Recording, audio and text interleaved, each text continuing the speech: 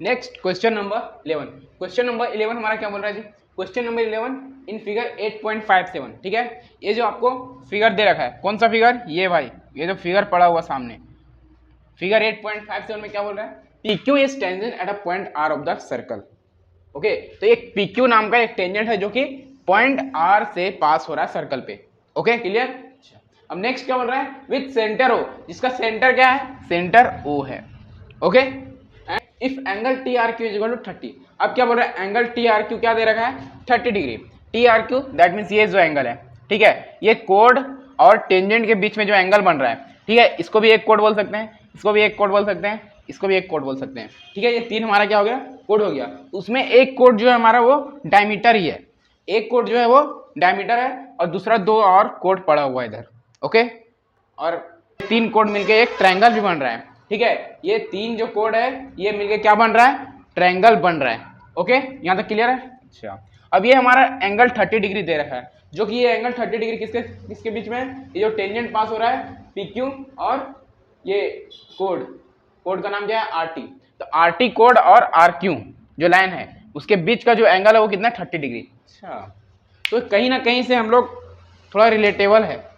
क्या रिलेटेबल है? कुछ रिलेट कर सकते हो यहाँ से। कोड और टेंजेंट का बीच का एंगल, कोड और टेंजेंट का बीच का एंगल कुछ ना कुछ थ्योरम याद दिलाता है हम लोग को, कोई ना कोई थ्योरम को याद दिलाता है।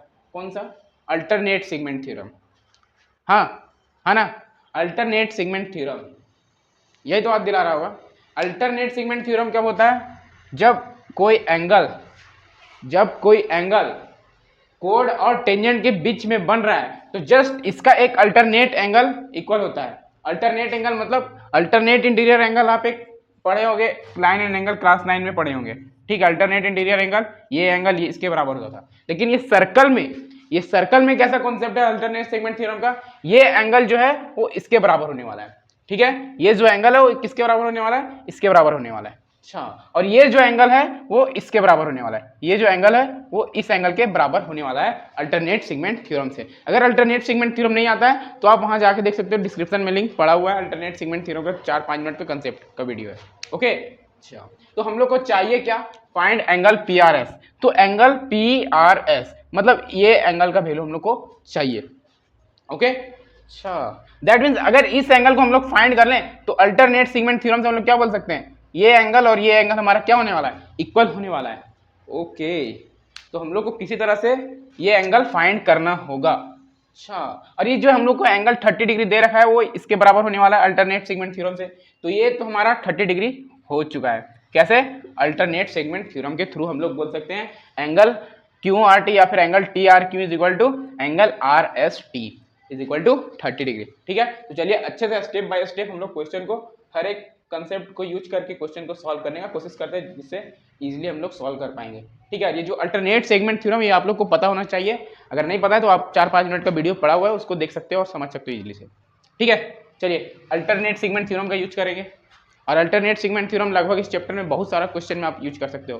अगर 50 क्वेश्चन है इस एक्सरसाइज में, exercise 8.2 class 10th R D Sharma, okay, point 2 में है, तो 50 क्वेश्चन के करीब है, तो उसमें लगभग 20 से 25 क्वेश्चन में यूज होने वाला है अल्टरनेट सेगमेंट थ्योरम का, ठीक है। तो आप इजिली सॉल्व कर सकते हो अगर ये कंसेप्ट आपको पता है तो।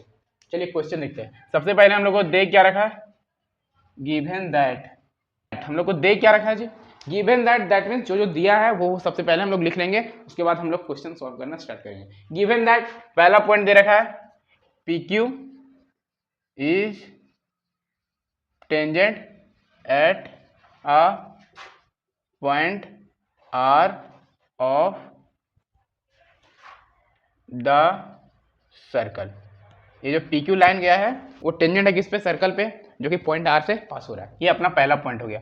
दूसरा पॉइंट हम लोग लिख सकते हैं एंगल टी आर क्यू क्या गिवन दिया है? 30 डिग्री दे रखा है। अच्छा, और फाइंड क्या करना है? फाइंड हम लोग को एंगल पी आर एस का वैल्यू फाइंड करना है। ये हमारा 3 पॉइंट हो गया। 2 पॉइंट हम लोग गिवन है, तीसरा फाइंड करना है। क्लियर? अच्छा, ओके, अब कैसे फाइंड करेंगे? इसके लिए हम लोग को सबसे पहले इस एंगल को लिख लेते हैं। अगर ये एंगल यहाँ से पता चल जा रहा है एंगल आर एस टी, तो उसको लिख लेते हैं, ठीक है। तो from angle segment angle segment theorem, हम लोग क्या बोल सकते हैं फ्रॉम एंगल सेगमेंट थ्योरम से, एंगल क्यू आर टी या फिर एंगल टी आर क्यू किसके बराबर होने वाला है जी, एंगल आर एस टी के बराबर होने वाला है, जो कि क्या है 30 डिग्री गिवन है। तो यहाँ से हम लोग को एंगल आर एस टी का वैल्यू फाइंड हो चुका है। ओके, अब हम लोग को चाहिए ये एंगल चाहिए। अगर इस एंगल को हम लोग फाइंड कर लेंगे तो ये एंगल हम लोग इजिली फाइंड कर पाएंगे। ओके, या फिर ये जो टेंजेंट पास हुआ है ये लीनियर पेयर भी बनाएगा, तो लीनियर पेयर के थ्रू 180 डिग्री फाइंड कर पाएंगे, लेकिन उसके लिए हम लोग को ये एंगल फाइंड करना ही होगा। चलो इसको फाइंड करना है या फिर इसको, लेकिन इस एंगल को फाइंड करने के लिए हम लोग इस एंगल को फाइंड करना ही पड़ेगा। अब ये कैसे फाइंड करेंगे, ये एक कंसेप्ट है, ये एक कंसेप्ट है। क्या कंसेप्ट है, जब भी सर्कल में सेंटर से एक लाइन पास होता है, दैट मीन्स डायमीटर देखा जाता है, और वो डायमीटर के दोनों एंड पॉइंट से एक पॉइंट को काट रहा होता है, लाइन कनेक्ट करते हैं, तो इस पॉइंट पे आके कट हो रहा है। तो जहां पे कट हो रहा है और जिस लाइन के बीच में कट हो रहा है, जैसे ये लाइन और ये लाइन, ये दोनों लाइन कट हुआ, इसके बीच में जो एंगल क्रिएट हो रहा है वो हमेशा क्या होता है 90 डिग्री। तो ये आपका 90 डिग्री हो चुका है, दैट मीन्स ये भी क्या होने वाला है 90 डिग्री होने वाला है। या फिर देख लो, इधर से ले जाओ, इधर मान लो, कहीं भी एक पॉइंट मान लो, और उस लाइन पे क्या करो, उस पॉइंट पे क्या करो, ये दोनों एंड का डायमीटर का एंड से एक लाइन कनेक्ट कर दो। ठीक है, ये पॉइंट मान लो, यहाँ लाइन कनेक्ट कर दो, तो यहाँ जो एंगल क्रिएट होने वाला है वो 90 डिग्री होने वाला है। ठीक है, तो यहाँ पे एंगल इन सेमी सर्कल का कंसेप्ट अप्लाई करके हम लोग इस एंगल को लिख सकते हैं डायरेक्ट 90 डिग्री। ओके, तो चलिए इस कंसेप्ट को यूज करके, एंगल इन सेमी सर्कल का कंसेप्ट का यूज करके इस एंगल को हम लोग इजीली लिख पाएंगे। क्या लिख पाएंगे, ये जो एंगल है वो 90 डिग्री हो रहा है, तो क्या लिख सकते हैं, एंगल एस आर टी या फिर angle T R S, angle T R S क्या हो गया 90 डिग्री।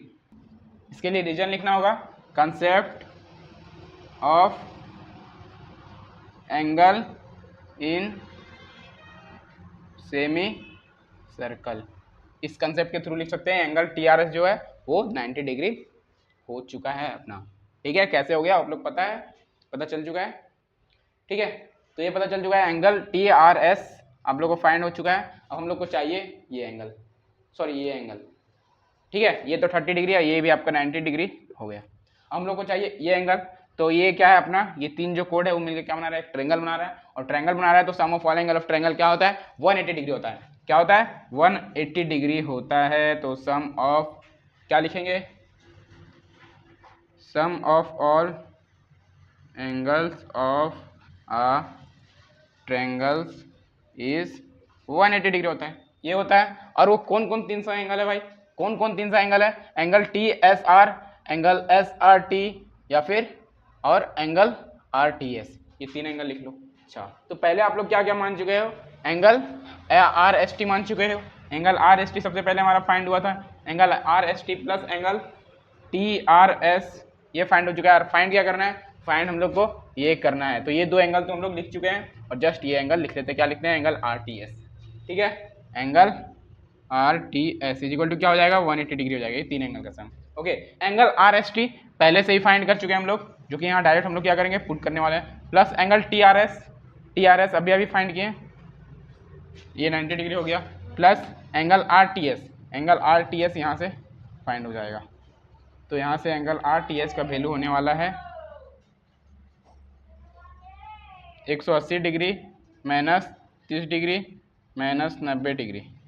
तो यहाँ से लिख लो आप, एंगल आर टी एस का वैल्यू क्या आ गया आपका 60 डिग्री हो गया। Clear, angle R T S का वैल्यू क्या हो गया 60 डिग्री। ठीक है भाई, अब हम लोग को चाहिए ये एंगल, कौन सा एंगल चाहिए, ये एंगल। तो इस एंगल के कंसेप्ट से, एंगल सेगमेंट थ्योरम के कंसेप्ट से हम लोग क्या बोल सकते हैं, ये जो एंगल है वो इसके बराबर होने वाला है। क्लियर, अच्छा, तो यहाँ से हम लोग डायरेक्टली इसके बाद लिख सकते हैं, और इसको थोड़ा हम लोग हाईलाइट करके लिखेंगे क्योंकि हमारा आंसर होने वाला है ये। तो from angle segment theorem, from angle segment theorem से हम लोग क्या बोल सकते हैं, एंगल सेगमेंट थ्योरम से हम लोग क्या बोल सकते हैं, एंगल आर टी एस जो है वो किसके बराबर होने वाला है, एंगल आर टी एस वो एंगल पी आर एस के बराबर होने वाला है यार। हम लोग को एंगल आर टी एस पहले से ही क्या मिल चुका है 60 degree. That means angle P R S का वैल्यू क्या हो गया 60 डिग्री हो गया। क्लियर? तो यही हम लोग को फाइंड करना था जो कि फाइंड हो चुका है। तो सिंपली हम लोग एंगल सेगमेंट थ्योरम का इसमें कंसेप्ट हम लोग दो बार अप्लाई करके क्वेश्चन सॉल्व किए हैं। जस्ट एक कंसेप्ट है angle in semi circle concept है, ठीक है। बाकी ये कंसेप्ट तो आप लोगों को इजीली क्लास 6-7 से ही याद होगा। Sum of all angle of a triangle is 180 degree. तो ये कंसेप्ट एक ध्यान में रखने का चीज़ है आज से, और एक ये एंगल सेगमेंट थ्योरम, ठीक है। क्लियर है? और क्लियर तो मिलते हैं नेक्स्ट क्वेश्चन नंबर 12 पे।